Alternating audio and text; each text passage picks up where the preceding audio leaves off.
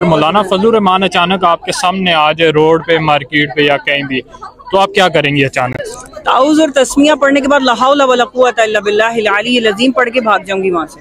अस्सलाम वालेकुम मैडम। अच्छा मैडम, जिस तरह के फजलुर रहमान ने एक नाज़िबा ज़ुबान इस्तेमाल की ख़वातीन माओ बहनों के ख़िलाफ़, और उसने यहाँ तक के ज़िना का नाम भी इस्तेमाल किया, तो आप क्या कहना चाहेंगी फजलुर रहमान के इस बयान पर? आप किन अल्फाज में मज़म्मत करना चाहेंगी?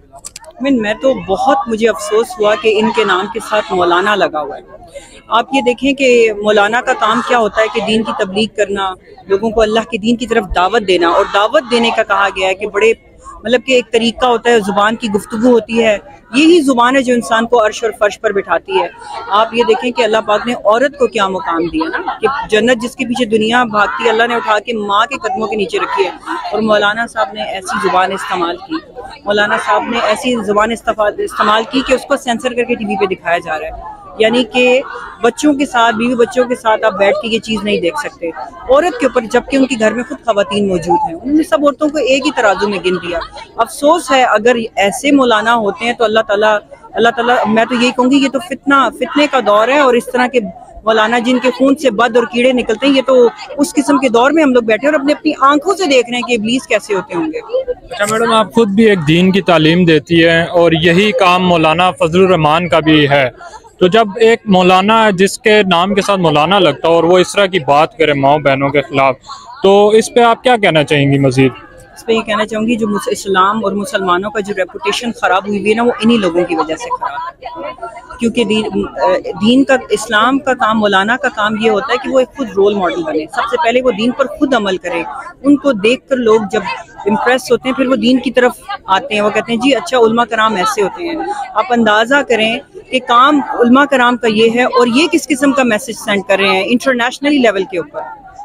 अच्छा मैडम, मजीद भी पीटीआई कुछ इस पर कार्रवाई करेगी या बस आज एहतजाज की हद तक है ये? नहीं, बिल्कुल ओबियसली हमारी अपनी लीगल टीम है, हम लोग ज़रूर कार्रवाई करेंगे। लेकिन अफसोस की बात यह है कि इस निज़ाम जो चल रहा है, जो हुकूमत है, मतलब कि वो अगर हमारी ये बात सुन ले तो क्या ही बात है, वरना जब इंसान बेबस हो जाता है तो फिर इंसान अल्लाह ही की तरफ देखता है, और अल्लाह ताला से ही कह सकते हैं कि या रब्बिल आलमीन देख ले, ये हुक्मरान है जो तूने हमारे सर पे मुसल्लत किए हुए हैं।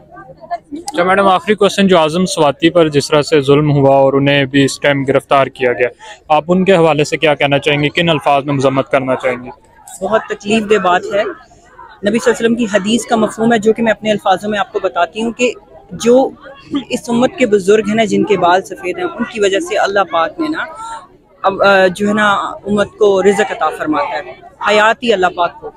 तो आप ये देखें कि वो 75 साल के हैं, उनके ऊपर इतनी FIR काट दी हैं, उनको रिमांड में रखा हुआ है। मतलब कि कितनी तकलीफ दे चीज़ है।